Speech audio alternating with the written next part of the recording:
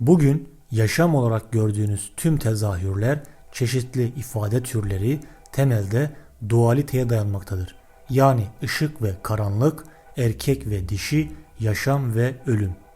Dualite bir kez geldiğinde beraberinde çiftleşme de gelir. Çünkü cinsiyet dediğiniz şey dualitenin buluşmaya çalışmasıdır.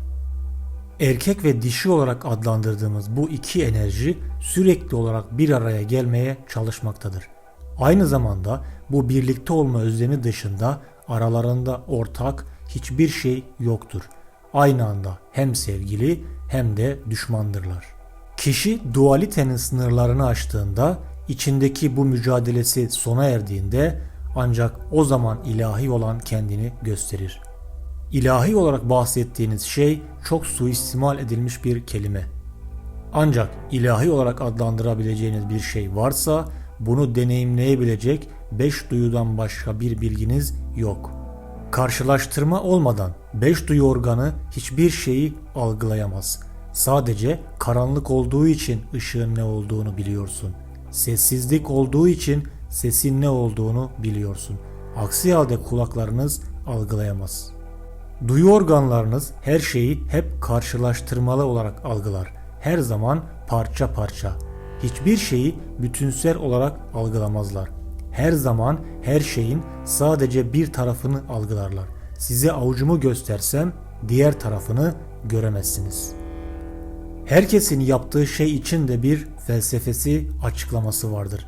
Sokaktaki sarhoşa gidip neden böyle içiyorsun diye sorduğunda neden içtiğine dair sağlam bir felsefesi vardır. Bir hırsızı durdurup ona neden hırsızsın diye sorduğunda neden hırsız olduğuna dair sağlam bir felsefesi veya açıklaması vardır.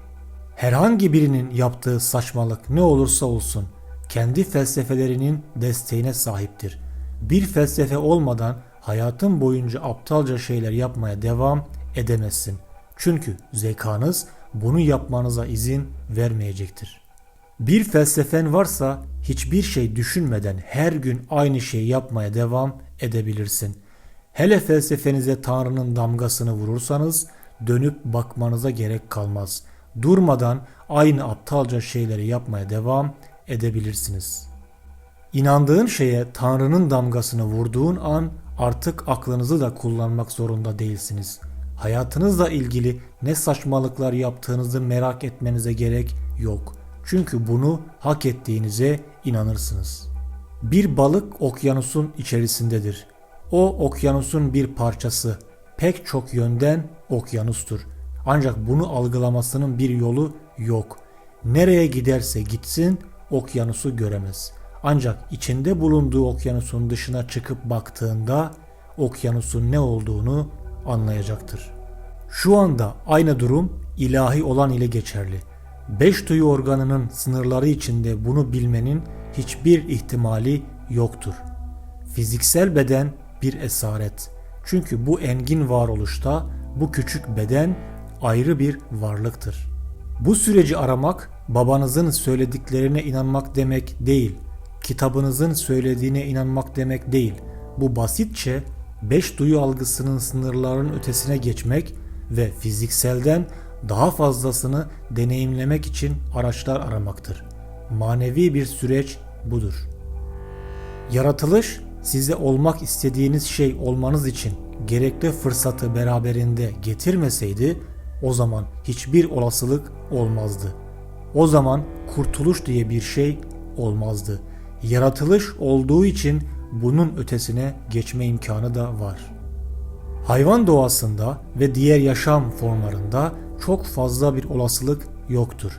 Sadece hayatta kalmak, üremek ve bir gün ölmektir. Hayvan doğasında çok fazla olasılık olmadığı için çok fazla sefalet de yoktur.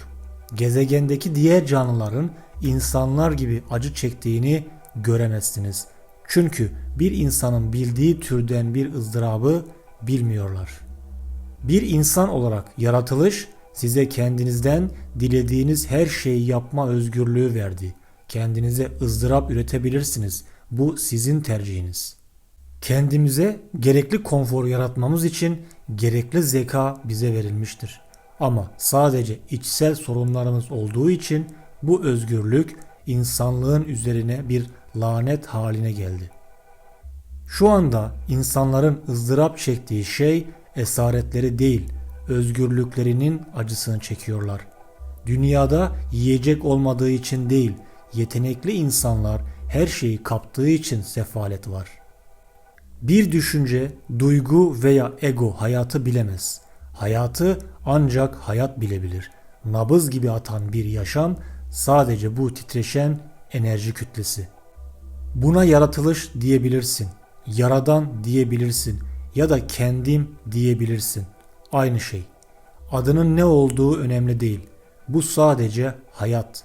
Hayat dediğin şey sadece bir olasılık. Hem kendi içimizde hem de dışarıda iyi yaşamak istiyorsak, burada ne kadar iyi yaşadığımız çevremizi ve kendimizi ne kadar iyi yönettiğimize bağlıdır. Yönetimsel olarak sadece ekonomik durumlardan bahsediyoruz. Bir bütün olarak yaşamdan değil. Hayatlarında başarısız olan insanlar başarısızlıklarının acısını çekiyorlar. Başarılı olan insanlar da başarılarının acısını çekiyorlar. Kendinizi eğitiyorsunuz. Aileler kuruyorsunuz. Kariyer ve hırslarınızın peşinden koşuyorsunuz. Yaptığınız pek çok şey var. Çünkü bir yerlerde bunları gerçekleştirmenin size mutluluk getireceğine inanıyorsunuz. Tüm bunları yaptıktan sonra eğer mutluluk artmıyor, azalıyorsa kendimizi kötü yönetiyoruz demektir. Kendi bedenini, zihnini, duygularını ve enerjilerini nasıl yöneteceğini bilmeyen biri eğer dış durumlar yönetiyorsa onları tesadüfen yönetiyor demektir. Bu durumları tesadüfen yönettiğinizde bir tesadüf olarak var olursunuz. Bir kaza olarak var olduğunuzda potansiyel bir felaketsiniz.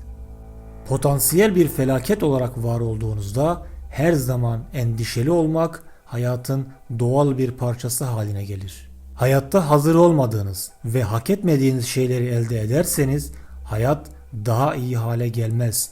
Birçok yönden sadece bir kargaşaya dönüşür. Ancak belirli bir olasılığın içinde büyüdüğünüzde o boyutta mümkün olan her şey zaten başınıza gelecektir. Eğer bu olasılığa doğru büyümez, sadece onu arzularsan o zaman başına yığınla bela getirirsin. Teşekkürler.